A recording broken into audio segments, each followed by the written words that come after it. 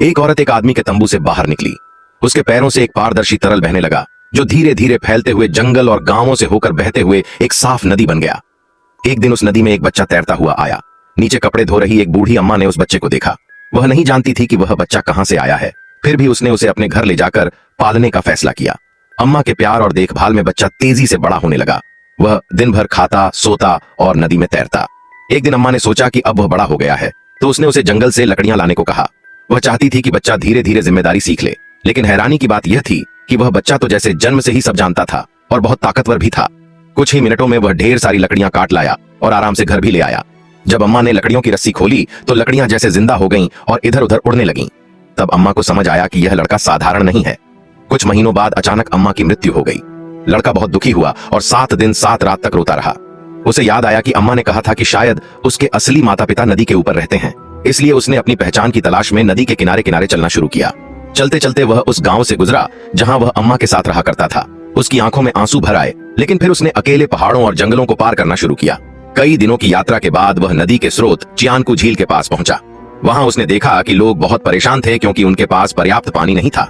हर घर के पास बहुत ही छोटी जमीन थी और कड़ी मेहनत के बावजूद उनकी जिंदगी कठिन थी।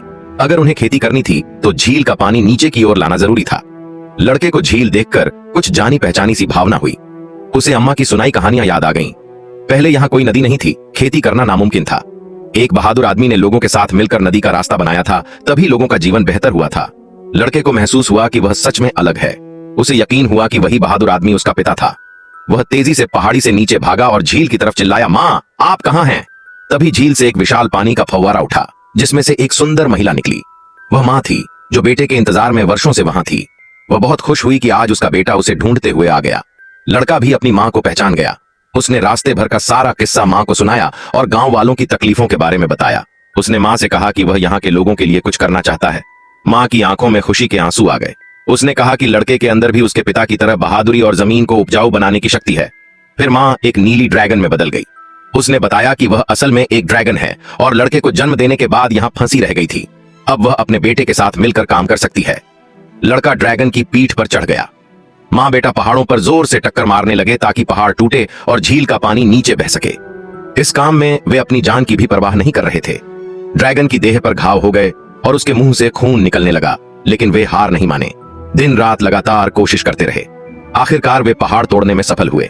कुछ ही समय में नीचे हरे भरे खेत उगाए। गांव वालों ने उनकी मदद के लिए आभार जताते हुए उस नदी का नाम नीली ड्रैगन नदी रख दिया।